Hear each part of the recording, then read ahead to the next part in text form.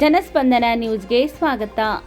ಹಳೆಯ ತಾಲೂಕಿನ ದುಸ್ಕಿ ಗ್ರಾಮದಲ್ಲಿರುವ ಸರ್ಕಾರಿ ಜಿಲ್ಲಾ ಮಟ್ಟದ ಪುಣ್ಯಕೋಟಿ ಗೋಶಾಲೆಗೆ ಶುಕ್ರವಾರ ಬೆಂಗಳೂರಿನ ಗವಿಪುರಂನಲ್ಲಿರುವ ಗೋಸಾಯಿ ಮಹಾಸಂಸ್ಥಾನ ಮಠದ ಮರಾಠ ಜಗದ್ಗುರು ವೇದಾಂತಾಚಾರ್ಯ ಶ್ರೀ ಶ್ರೀ ಶ್ರೀ ಮಂಜುನಾಥ ಭಾರತಿ ಸ್ವಾಮೀಜಿಗಳು ಭೇಟಿ ನೀಡಿದರು.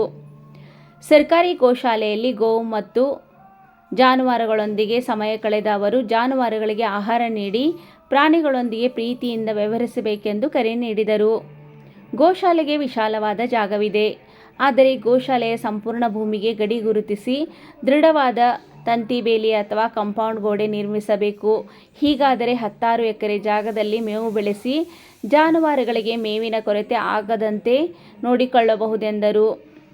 ಹಳಿಯಾಳದ ಹೌಗಿಯಲ್ಲಿ ಸ್ವಾಮೀಜಿಯವರು ಶ್ರೀ ಛತ್ರಪತಿ ಶಿವಾಜಿ ಮಹಾರಾಜ ಗುರುಕುಲ ಸ್ಥಾಪನೆಗೆ ಸಂಕಲ್ಪ ಹೊಂದಿ ಆ ನಿಟ್ಟಿನಲ್ಲಿ ಕಾರ್ಯಪ್ರವೃತ್ತರಾಗಿದ್ದಾರೆ.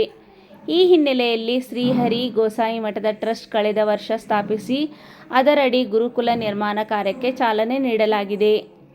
ಈ ಗುರುಕುಲದ ಒಂದು ಭಾಗದಲ್ಲಿ ಗೋಶಾಲೆಯು ಇರಲಿರುವುದು ವಿಶೇಷವಾಗಿದೆ. ದುಸ್ಕಿ ಗೋಶಾಲೆಗೆ ಭೇಟಿ ನೀಡಿದ ಸಂದರ್ಭದಲ್ಲಿ ಅವರೊಂದಿಗೆ ಶ್ರೀಹರಿ ಗೋಸಾಯಿ ಮಠದ ಟ್ರಸ್ಟ್ ಯೋಗರಾಜ್ ಎಸ್.ಕೆ. ಇದ್ದರು.